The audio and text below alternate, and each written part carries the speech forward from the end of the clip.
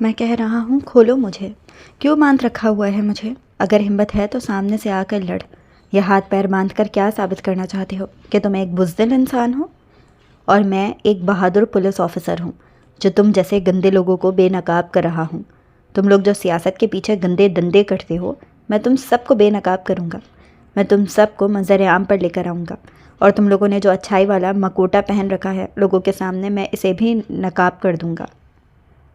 अभी वह चीखते हुए बोल ही रहा था जब वहाँ खड़े एक मुलाजिम ने इस पर खौलता हुआ गर्म पानी डाला। अबे साले चुप, वरना ऐसी 2 और बाल्टियाँ गर्म पानी की तेरे ऊपर उंडेल दूंगा। बहुत देखे हैं तुझ जैसे पुलिस वाले, जैसे ही सामने 4 गड्डियाँ नोटों की रखो तुम लोगों की राल टपकने लग जाती है।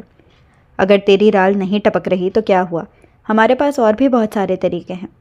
तुझ जैसे पुलिस का मुंह बंद करवाने के। बड़े साहब आ रहे हैं, करते हैं तेरा इलाज। कहते साथ ही मुलाजिम ने दोबारा से इसे रस्सियों से बांधा था। अरे यार, ये छुट्टी कब होगी? आज तो जुम्मा है, आज छुट्टी जल्दी होनी थी। 1 बजने वाला है, ऊपर से और छुट्टी भी अभी तक नहीं हुई है। महर ने चेहरे पर खफकी सजाते झुंझलाते हुए कहा था। टीचर्स की मीटिंग हो रही है, इसलिए हमें आज छुट्टी लेट होगी।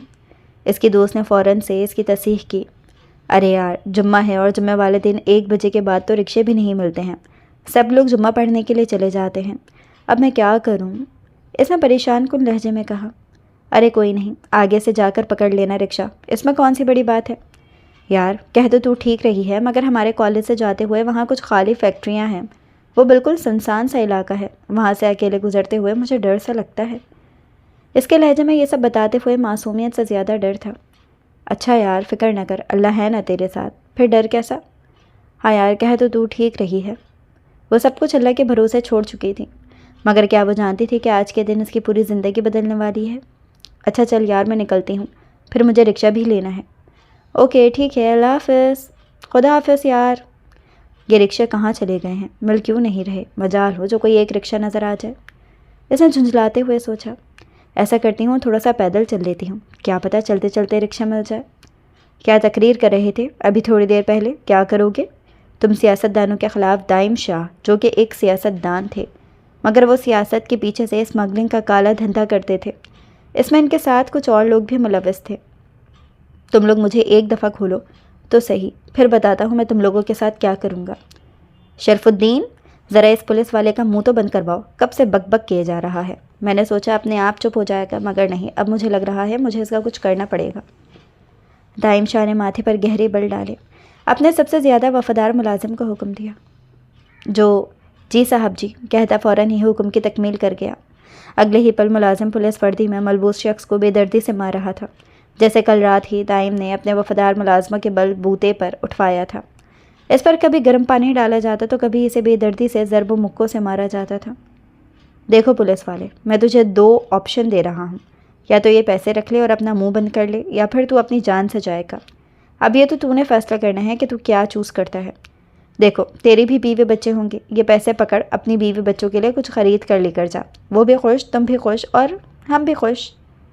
दाइम शाह की बात पर पुलिस वर्दी में मलबूस शख्स के माथे पर गहरे बल पड़े थे। मैं तुझ जैसे सियासतदानों की तरह अपनी बीवी बच्चों को हराम की कमाई नहीं खिलाता। पुलिस वर्दी में मलबूस शख्स की बात पर दाइम शाह को ताव आया था, जिस पर अगले ही पल चेयर से उठता वर्दी में मलबूस शख्स को थप्पड़ मार चुका था। चटाख। थप्पड़ की आवाज़ सुनसान इलाका होने की वजह से फैक्ट्री में बुरी तरह से गूंजी थी। महर पैदल जा रही थी, अचानक ही इसे अपने कानों में थप्पड़ की गूंज सुनाई दी थी, जिस पर इसने फ़ौरन ही इधर उधर देखा, मगर वहाँ कोई नहीं था। अभी वो 1 कदम ही चली थी जब इसने लड़ने की आवाज़ें आने लगी, जैसे कोई किसी को गालियाँ दे रहा हो। इसने फ़ौरन ही अपने बाएं जानिब देखा जहाँ से आवाज़ें आ रही थीं। वो फ़ौरन ही वो मुतजस्सिस हुई, आखिर यहाँ क्या हो रहा है, मैं भी तो देखूँ। महर तजस्सुस के हाथों मजबूर होकर इस फैक्ट्री की जानिब बढ़ी। सुनसान और खाली जगह होने की वजह से आपसे आवाज़ साफ सुनाई दे रही थी, मगर ज़्यादा साफ सुनाई नहीं दे रही थी। इसने दरवाजे पर एक गहरी नज़र डाली, जैसे कुछ ढूंढने की कोशिश कर रही हो। अगले चंद सेकंड्स में इसे अपने मतलब की चीज़ मिल चुकी थी। इसने अगले ही पल सुराख पर अपनी एक आंख लगाकर अंदर का मंजर देखने की कोशिश की। अब इसे आवाज़ों के साथ साथ अंदर का मंजर भी साफ दिखाई दे रहा था, जहाँ सामने दाइम शाह इस पुलिस वाले पर बंदूक ताने खड़ा था। ये तो गोली चला रहा है, इससे पहले तो यहाँ फंस जाए। महर, तू यहाँ से निकल जा। नहीं महर, तुझे इस शख्स की जान बचानी होगी। ज़मीर की आवाज़ पर इसने फ़ौरन ही फैसला किया कि वो इसकी मदद करेगी। लेकिन कैसे? हाँ मुझे पता है मुझे क्या करना है। महर अगले कुछ ही मिनटों में एक बिल्डिंग के पीछे छुप चुकी थी। इसने फ़ौरन ही वहाँ से एक बड़ा सा पत्थर उठाकर इस बंद दरवाजे पर मारा। दरवाजे पर पत्थर लगने और आवाज़ पैदा होने की वजह से अंदर हाथ में गन पकड़े दाइम शाह इस अचानक अफ्तादगी पर घबरा चुका था। जाओ देखो जाकर कौन है। इसने फ़ौरन ही अपने मुलाजिम को हुक्म दिया था। जी साहब जी, मैं देखता हूँ, अब बस अपना काम जारी रखें। मुलाजिम जैसे ही बाहर निकला दाइम शाह गोली चला चुका था। गोली पुलिस वर्दी में मलबूस शख्स के दाएं कंधे पर लगी थी। हड़बड़ी में दाइम शाह का निशाना चूक गया था। साहब बाहर कोई नहीं है, मैंने पूरी तरह से चेक किया है, बाहर तो कोई भी नहीं है। अभी वो दोनों बात ही कर रहे थे जब बाहर से पुलिस के सायरन की आवाज़ें आने लगीं। अगर कोई नहीं था तो ये पुलिस यहाँ कैसे आ गई? दाइम शाह ने गरजते हुए कहा। साहब मुझे क्या पता कैसे होगा, बाहर मैंने देखा था अच्छी तरह से बाहर कोई नहीं था, जबकि पुलिस दरवाज़ा तोड़ने की कोशिश कर रही थी। इससे पहले कि पुलिस अंदर आती दाइम और इसका वफादार मुलाजिम फैक्ट्री की खुफिया जगह पर छुप चुके थे। पुलिस वर्दी में मलबूस शख्स बेहोश हो चुका था। पुलिस अंदर आ चुकी थी और अब छान भटक रही थी। पुलिस वर्दी में मलबूस शख्स को अस्पताल पहुंचा दिया गया था।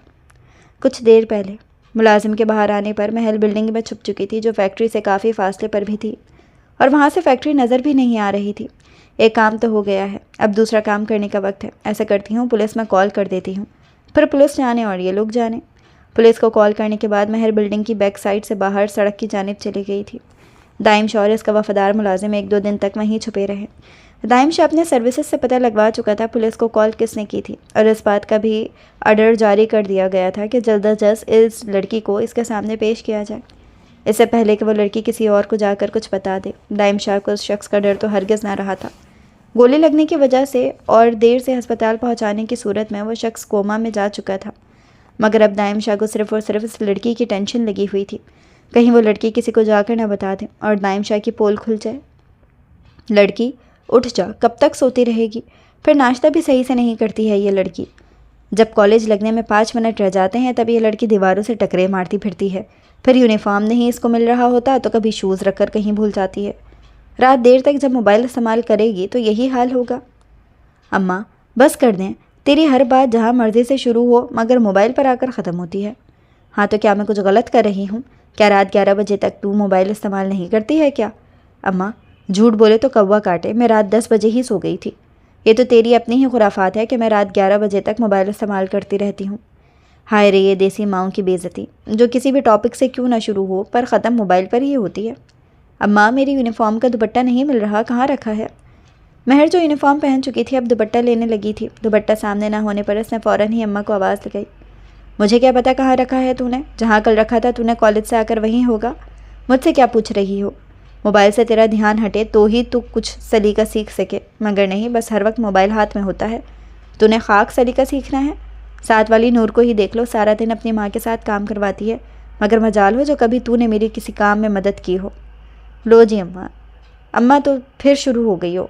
साथ वाली नूर कॉलेज नहीं जाती है जबकि तेरी बेटी कॉलेज जाती है। उसने कमरे से ही हाँक लगाई। अच्छा बस कर, तूने कॉलेज जाकर कौन से झंडे गाड़ने हैं? चल आजा, आके नाश्ता कर ले, ज़्यादा बातें ना बना मेरे साथ। अच्छा माँ मैं चलती, अल्लाह हाफ़िज़, दरवाज़ा अच्छे से लगा लेना। वैसे भी तो जानती है आजकल हमारे मोहल्ले में कितनी चोरियाँ हो रही हैं। अच्छा ज़्यादा मुझे तलकीन मत कर, माँ हूँ तेरी, मुझे सब पता है।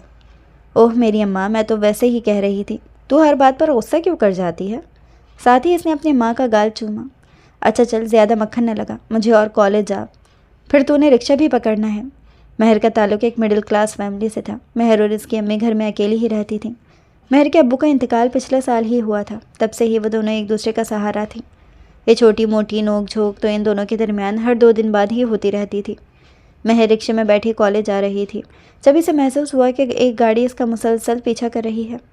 अंकल थोड़ा जल्दी चलाएं, इसने डरते हुए कहा। पिछली गाड़ी के मुसलसल पीछे आने पर खौफ से अब महर के चेहरे पर हल्की हल्की पसीने की बूंदें चमकने लगी थीं। अभी इसका रिक्शा एक सुनसान सड़क से गुजर ही रहा था जब सामने से आती हुई एक गाड़ी से कुछ लोग निकले और अगले ही पल वो लोग रिक्शे को घेर चुके थे। वो गुंडेनुमा लोग थे जिन्हें किसी आला असर रसूख रखने वाले शख्स ने भेजा था। ए लड़की बाहर निकल। नहीं मैं नहीं आऊँगी, महर ने खौफ में डूबी आवाज़ में लरसते हुए कहा। मैंने कहा बाहर निकल, तेरी राय किसने मांगी है? बाहर खड़े गुंडेनुमा शख्स के कहते ही महर अगले ही पल रिक्शे की दूसरी जानिब खिसकी थी और नीचे झुककर मुट्ठी बंद मिट्टी उठाकर इन गुंडेनुमा लोगों की जानिब फेंकी। वो फ़ौरन ही अपनी आंखें मसलने लगे, जबकि इस सिचुएशन का फ़ायदा उठाते महर फ़ौरन ही वहाँ से भागी और एक महफूज जगह पर पनाह ले ली। कुछ ही देर तक वो वहाँ छुप सकी थी जब इसने एक दफ़ा फिर से इन गुंडो नुमा मर्दों को अपनी जानिब आते हुए देखा था। बहुत शौक है इस लड़की को मर्दों के साथ खेलने का, अभी इसको मज़ा चखाते हैं, कमीनी कहीं की। महर गुंडों को वहाँ पर आते देखकर वहाँ से भी भाग चुकी थी। महर के भाग जाने पर वो गुंडे अब अपने मालिक की फटकार सुन रहे थे। कहाँ थे तुम सब लोग? एक चुटकी भर लड़की तुम हट्टे कट्टे मर्दों को चकमा देकर चली गई और तुम लोग कुछ भी ना कर सके। मुझे वो लड़की चाहिए किसी भी कीमत पर, मुझे वो लड़की ला कर दो। फ़ोन की दूसरी जानिब दाइम शाह गरजते हुए अपने भेजे हुए गुंडों को हुक्म दे रहा था। महर अब अंधाधुंध सड़क पर भाग रही थी जब सामने से सड़क पर आती हुई गाड़ी से टकराई। इससे पहले वो गिरती है वो कार के बोनट पर हाथ रखकर खुद को ज़ख्मी होने से बचा चुकी थी। प्लीज़ मेरी मदद करें, मेरे पीछे कुछ गुंडे लगे हुए हैं, मुझे मार देंगे, महर ने लरसते हुए कांपते लहजे में कहा। गाड़ी में बैठा फरहाद शाह अपने सामने कांपती लरसती लड़की को देखता अगले ही पल इस पर दिल हार चुका था। आओ बैठो, फरहाद ने इसे इशारे से गाड़ी में बैठने के लिए कहा था। महर लरसते हुए इसकी गाड़ी में बैठ चुकी थी। फरहाद इसे अपने पर्सनल अपार्टमेंट में लाया था। फरहाद ने अपार्टमेंट के सामने ही गाड़ी रोकी। गाड़ी से उतरते अगले ही पल इसने महर के साइड का दरवाज़ा खोला और उसे साथ लेता अपार्टमेंट की जाने बढ़ गया था। अपार्टमेंट में लाने के बाद वो इसे लिए एक कमरे की जाने बढ़ गया था। तुम आराम करो, मैं तुम्हारे लिए खाना लेकर आता हूँ। तुम बिल्कुल भी टेंशन मत लो, तुम यहाँ पर महफूज हो, यहाँ तुम्हें कोई नुकसान नहीं पहुँचा सकता है। इस पर एक भरपूर नज़र डालते वो किचन की जाने बढ़ गया था। महर कमरे में जाकर बेड पर लेट चुकी थी। 15 मिनट बाद दरवाज़ा नॉक हुआ तो महर ने फ़ौरन ही अंदर आने की इजाज़त दी। फरहाद जो खाने की ट्रे लिए खड़ा था, महर ने आगे बढ़ते फ़ौरन उसके हाथों से खाने की ट्रे पकड़ी थी। इससे पहले कि महर दरवाज़ा बंद करती, फरहाद दरवाजे पर हाथ रखकर इसे बंद होने से रोक चुका था। फरहाद के हाथ रखने पर महर ने सवालिया नज़रों से इसकी जानिब देखा था। जी, कुछ कहना था आपने? महर ने फ़ौरन ही पूछा। यहाँ पर ज़रूरत का सारा सामान मौजूद है, आपको बाहर जाने की ज़रूरत नहीं है, मैं आता जाता रहूँगा। अभी मुझे एक ज़रूरी काम है इसलिए मैं जा रहा हूँ, वरना मैं यहीं आपके पास ही रुकता। जी कोई बात नहीं, वैसे भी मैं आपकी ज़िम्मेदारी थोड़ी ना हूँ, मैंने तो आपसे मदद मांगी थी और आप एक अच्छे इंसान का सबूत देते हुए मेरी मदद कर रहे हैं, इसलिए इसके लिए आपका शुक्रिया। ओके, मैं अब चलता हूँ। वैसे आपका नाम क्या है? ये तो मैं पूछना ही भूल गया। नाम पूछने के साथ साथ इसने गहरी बोलती नज़रों से इसका जायज़ा लिया था, जो इस वक्त कॉलेज यूनिफॉर्म में मलबूस महरून दुपट्टे में रोए रोए चेहरे के साथ आसमान से उतरी हुई गोया कोई परी ही लग रही थी। महर नाम है मेरा। जितनी मीठी आप बातें करती हैं ना, उतना ही मीठा आपका नाम भी है। वैसे आप खाती क्या हैं जो इतना मीठा बोलती हैं? फरहाद ने शरीर लहजे में कहा। महर जो इसे ही सुन रही थी लेकिन अब इसकी बातों पर काफ़ी कंफ्यूज हो चुकी थी। कुछ नहीं, फिर कभी आपसे डिटेल में आपके खानों के बारे में पूछूंगा जिसे खाकर आप इतनी स्वीट है, कहते साथ ही इसके लब मुस्कुराए थे, मगर इससे पहले महर इससे मुस्कुराता हुआ देखती और अपनी मुस्कुराहट छुपा चुका था। आकर दरवाज़ा लॉक कर ले, मैं बाहर जा रहा हूँ, परेशान मत होइएगा, मैं जल्द वापस आ जाऊँगा। फरहाद के जाते ही महर दरवाज़ा अच्छी तरह लॉक कर चुकी थी। दरवाज़ा बंद करने के बाद अब रूम में आकर वो बेड पर पलेट चुकी थी। आंखें मूंदने के साथ ही इसे शिद्दत से अपनी माँ की याद आई थी और साथ आज सुबह मैं होने वाली नोक-झोंक भी। अम्मा, तो मेरे लिए परेशान हो रही होगी, मेरे पास तो मोबाइल भी नहीं है इन्फॉर्म कर सकूं। इसने परेशानी से सोचा था। ऐसा करूंगी, जब सुबह वो आएंगे इनसे मोबाइल लेकर अम्मा को बता दूंगी। अगले ही पल इसने सोने के लिए आंखें मूंदी थी, मगर अब नींद कहाँ आने वाली थी। कुछ देर लेटने के बाद भी इसे नींद नहीं आ रही थी, जिस पर वह अच्छी खासी झुंझला चुकी थी। यह अपार्टमेंट काफ़ी सुनसान इलाके में था। तकरीबन 3 घंटे लग गए थे यहाँ तक पहुँचने में। ऐसा करती हूँ, यह अपार्टमेंट देख लेती हूँ, इसके बाद सोने की कोशिश करूँगी, क्या पता नींद आ जाए।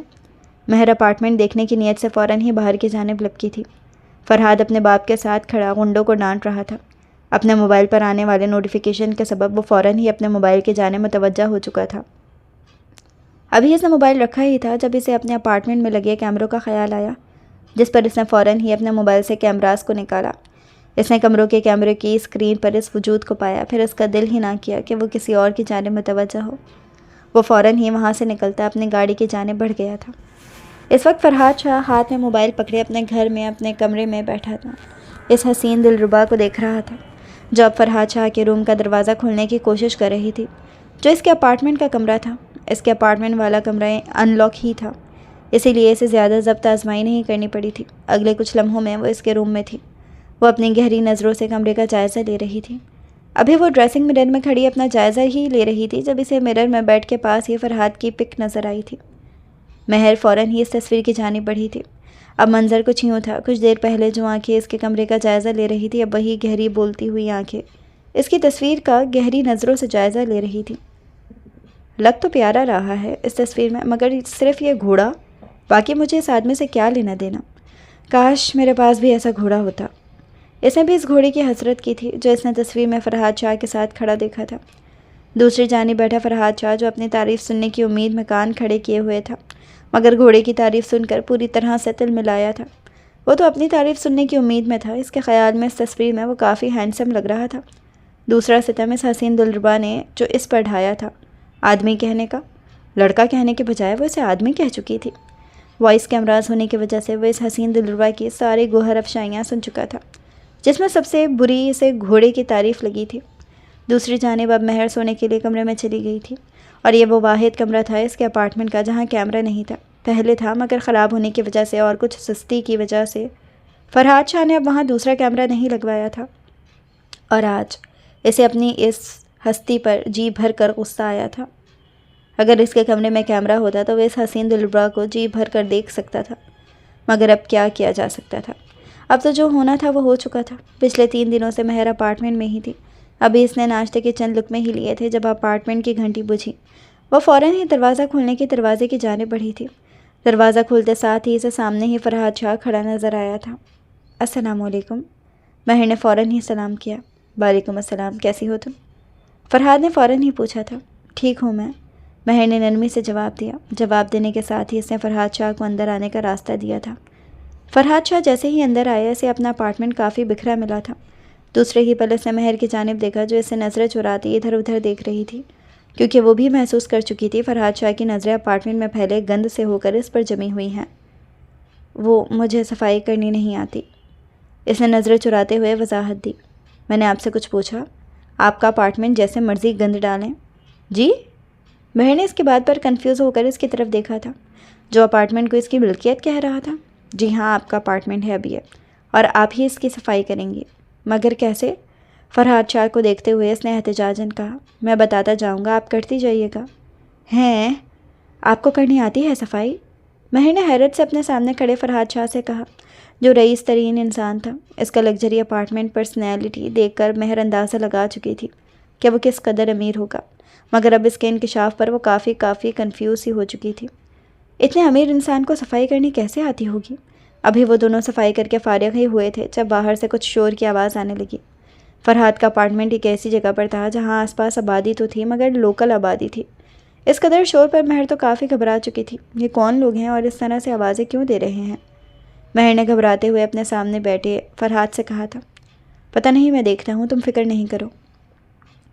फरहाद घबराती हुई महर से कहता बाहर की जाने बढ़ गया था। बाहर निकलो, हम कह रहे हैं, बाहर निकलो। वो लोग डर दरवाज़ा बजा रहे थे। इस कदर शोर पर फरहाद जल्दी जल्दी दरवाजे की जानिब बढ़ा था। कुछ मिनटों में वो दरवाज़ा खोल चुका था। जैसे ही इसने दरवाज़ा खोला, सामने ही मर्द और औरतों का एक हुजूम था, जो शोर कर रहे थे और बाहर निकलो की आवाज़ें दे रहे थे। इतने बड़े हुजूम को अपने दरवाजे पर देखकर इसकी आंखें आखिरी हद तक फैली थीं। कौन है आप लोग? यहाँ पर क्या कर रहे हैं और क्यों हमें डिस्टर्ब कर रहे हैं? इसने सामने हुजूम को देखते हुए दरश्तगी भरे लहजे में पूछा। इसके पीछे खड़ी महर इतने बड़े हुजूम को देखते काफ़ी डर चुकी थी। देखो लड़के, ये शरीफों का मोहल्ला है। तुम इस तरह एक लड़की के साथ शरीफों के मोहल्ले में नहीं रह सकते। या तो अभी और इसी वक्त निकाह करो, या मोहल्ला छोड़कर अभी इसी वक्त चले जाओ। इस हुजूम में से एक बड़ी उम्र की औरत कुफ़त भरे लहजे में फरहाद को देखते हुए कह रही थी। साथ ही इसकी चुभती नज़रें फरहाद के पीछे खड़ी महर पर भी थी, जो इसे देख कम और घूर ज़्यादा रही थी। देखें, आप लोग गलत समझ रहे हैं, ऐसा कुछ नहीं है। फरहाद ने सफाई देने की कोशिश की थी। वो लड़के, ये बात किसी और से जाकर कहो, हमें मत बताओ, हम सब जानते हैं। वो औरत तो बोले ही चली जा रही थी। फरहाद की कोई भी बात सुनने के लिए तैयार ही नहीं थी। महर की वजह से वो यह अपार्टमेंट तो छोड़ नहीं सकता था। अभी भी वो गुंडे महर के पीछे ही थे। महर तो इस सारी सिचुएशन पर काफ़ी घबरा चुकी थी। इस वक्त फरहाद इसे किसी और जगह भी नहीं शिफ्ट नहीं कर सकता था। इसके पास इससे ज़्यादा महफूज जगह नहीं थी, इसलिए इसने निकाह करने का फ़ैसला किया था। महर के लिए यह फ़ैसला करना बेहद मुश्किल था, मगर वो कर चुकी थी। कुछ ही देर बाद इन दोनों का निकाह होना तय पाया था। खिसकाई फिर वो खुद बैठा। फरहाद के इसके लिए इस तरह चेयर खिसकाने पर इसे काफ़ी खुशी महसूस हुई थी। दोनों ही साथ बैठे एक दूसरे की तरफ तवज्जो दिए बगैर खाना खा रहे थे, मगर महर जानबूझकर फरहाद को नज़रअंदाज किए हुए थी। थोड़ा सा खाना खाने के बाद ही वो खाने से हाथ खींच चुकी थी। इसके खाना ना खाने पर फरहाद ने सवालिया नज़रों से इसकी जानिब देखा था। क्या हुआ है? खाने से हाथ क्यों खींच लिया है? खाना क्यों नहीं खा रही हो? बस मेरा हो गया। महर ने फ़ौरन ही कहा, खाना और खाओ, अभी तुमने खाया ही कितना है? फरहाद ने हुक्मिया लहजे में कहा था, जिस पर महर बेबसी से दोबारा खाना खाना शुरू कर चुकी थी। मैंने तुम लोगों से क्या कहा था? मुझे वो लड़की 2 दिन के अंदर अंदर अपने सामने चाहिए। वो पुलिस ऑफिसर भी कोमा से बाहर आ चुका है, वो भी इस लड़की को ढूंढ रहा है। इससे पहले वो इस तक पहुँचे, हमें इस तक पहुँचना होगा। दाइम शाह चीखते हुए गरजदार आवाज़ में अपने मुलाजमों को हुक्म दे रहा था। शाह साईं, हमने इस लड़की को ढूंढने की बहुत कोशिश की, मगर पता नहीं इसे ज़मीन खा गई या आसमान निकल गया। वो लड़की हमें कहीं नहीं मिली है। सामने खड़े मुलाजिम ने फ़ौरन ही जवाब पेश किया था, मुझे बहाने नहीं चाहिए, काम चाहिए, वरना तुम लोगों के सर होंगे और मेरी बंदूक होगी। दाइम शाह ने धाड़ते हुए कहा था। दाइम शाह का चेहरा गुस्से से सुर्ख हो चुका था। महर को इस अपार्टमेंट में रहते हुए तकरीबन 1 महीना हो चुका था और इस दौरान इसने एक दफ़ा भी अपनी माँ से बात तक नहीं की थी। कजा इनका चेहरा देखना दूर की बात रही। कभी कभी तो इसका दिल करता था कि वो फरहाद से कहे कि वो इसकी माँ से बात करवाते, मगर वो हर दफ़ा कहने से घबरा जाती थी। मगर आज वो अपने अंदर हिम्मत जमा करती फरहाद से बात करने का फ़ैसला कर चुकी थी कि वो इसकी माँ से बात करवाते। यही सब सोचती वो फरहाद के कमरे की जानिब बढ़ी थी। जैसे ही वो रूम में एंटर हुई, इसे वॉशरूम से पानी के गिरने की आवाज़ सुनाई दी। लगता है कि वो नहा रहे हैं, इसने सोचा। अभी इसने इधर उधर देखा ही था जब इसे सामने ही फरहाद के कमरे में बने एक छोटे से कमरे के दरवाजे पर इसकी नज़र पड़ी थी। ये क्या है? इसने सोचा। अंदर चल के देखो क्या है। ये कहते ही वो अपने कदमों का रुख इस छोटे से बने कमरे की जानिब कर गई थी। जैसे ही वो कमरे में दाखिल हुई, इसकी आंखें आखिरी हद तक फैली थी, क्योंकि वो एक लाइब्रेरी थी और वहाँ मुख्तलिफ़ रेक्स में मुख्तलिफ़ किस्म की बुक्स रखी हुई थी। इसने आगे बढ़ते बुक्स रैग्स में से 3 किताबें उठाकर देखी, मगर कुछ देर के बाद वह इन किताबों से बोर हो चुकी थी। इसने इधर उधर नज़र दौड़ाई। वहाँ कुछ आर्ट की पिक्स लगी हुई थी, जिन्हें वो करीब से जाकर देखने लगी। इन आर्ट की तस्वीरों को देख ही रही थी जब इसकी नज़र तस्वीरों में लगी एक तस्वीर पर पड़ी थी। इस तस्वीर को देखकर वो काफ़ी उलझन का शिकार हुई थी। इस तस्वीर में फरहाद किसी शख्स के साथ खड़ा था। ये तो वही शख्स है जिसने उस दिन इस पुलिस ऑफिसर पर गोली चलाई थी। फरहाद के साथ खड़े शख्स को पॉइंट आउट करते हुए वो कह रही थी। ये बात करते हुए इसकी पेशानी पर पसीने की बूंदें चमकने लगी थी। इसने तस्वीर को उलट पलट कर देखा कि शायद यहाँ कुछ लिखा हो। जैसे ही इसने तस्वीर को उल्टाया, वह तस्वीर की बैक साइड पर लिखी तहरीर को देखते वो एकदम शॉक्ड हुई थी। इसे ऐसा महसूस हो रहा था जैसे इसने अपनी सांसें भी रोकनी हो। इसने कांपते लहजे में इस तहरीर को पढ़ा। माय फादर, मतलब फरहाद शाह उस कादिर का बेटा है। ये कैसा इंकशाफ था जो इस पर हुआ था। सहारे के लिए इसने पास पड़ी कुर्सी को थामा था। कुर्सी को थामते हुए भी इसके कदम लड़खड़ा गए। इसे तो सोच सोच कर भी तकलीफ़ हो रही थी कि वो एक ऐसे शख्स से निकाह कर चुकी थी जिसका बाप कातिल है। इसने खुद इस शख्स को गोली चलाते देखा था। अगर कोई इसे कहता कि फरहाद के बाप ने ऐसा किया है, वो कभी यकीन न करती, मगर वो खुद देख चुकी थी क्योंकि फरहाद किस कदर अच्छा इंसान है। इसने फ़ौरन ही तस्वीर को इसकी जगह पर रखा और अपने कमरे की जाने बढ़ गई थी।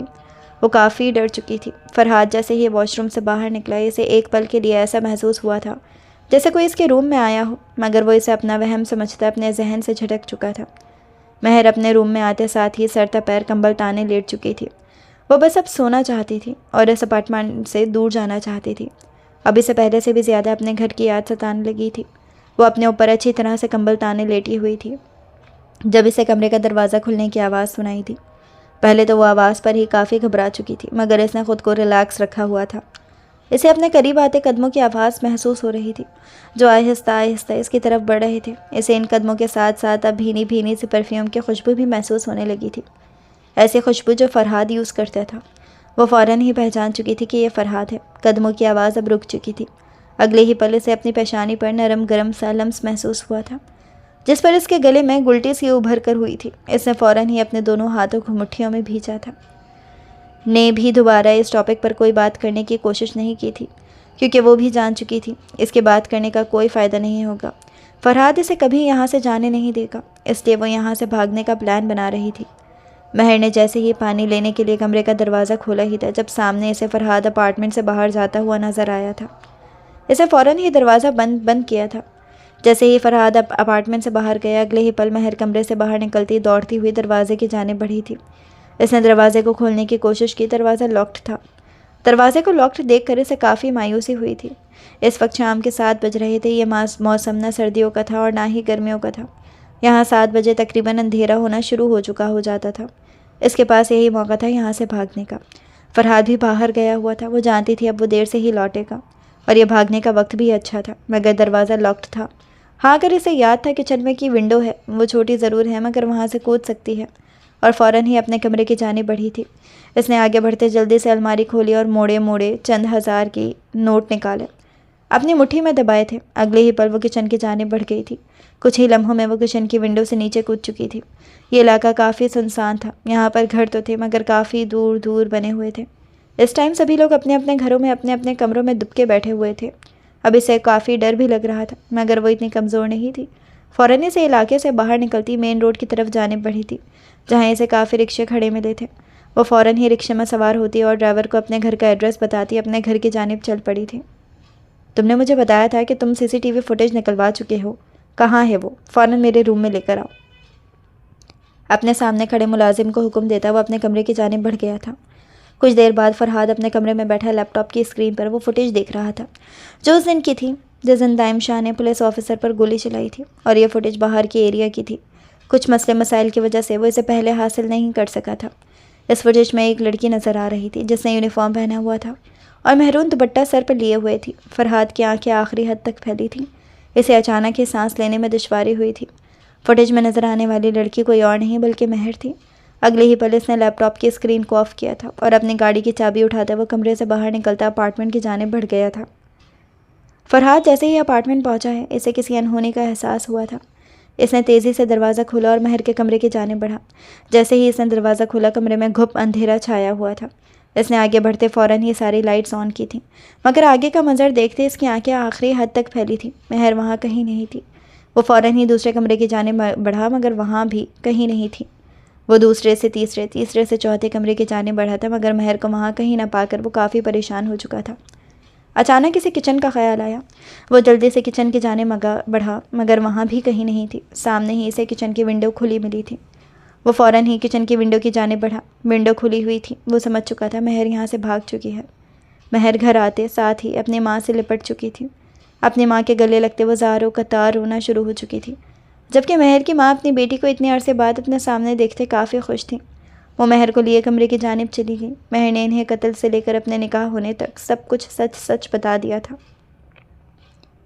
यह कोर्ट रूम का मंजर था, जहाँ एक तरफ दाइम शाह खड़ा था और दूसरी तरफ महर कटहरे में खड़ी थी और वो गवाही देने के लिए लफ्ज़ों का चुनाव कर रही थी। एक तरफ पुलिस ऑफिसर भी बैठा हुआ था। फरहाद शाह भी वहीं बैठा हुआ था। वो काफ़ी गमज़दा नज़र आ रहा था। कोर्ट रूम में महर की माँ भी मौजूद थी, जो इसे हौसला देने के लिए यहाँ आई हुई थी। जज साहब अपना फ़ैसला सुना रहे थे। दाइम शाह को जुर्माने के साथ साथ 8 साल की कैद हुई थी। फरहाद शाह आज बहुत गमज़दा सा था। इसे किसी सहारे की ज़रूरत थी। फरहाद जैसे ही घर आया, इसे हर चीज़ से उकताहट सी महसूस हुई थी।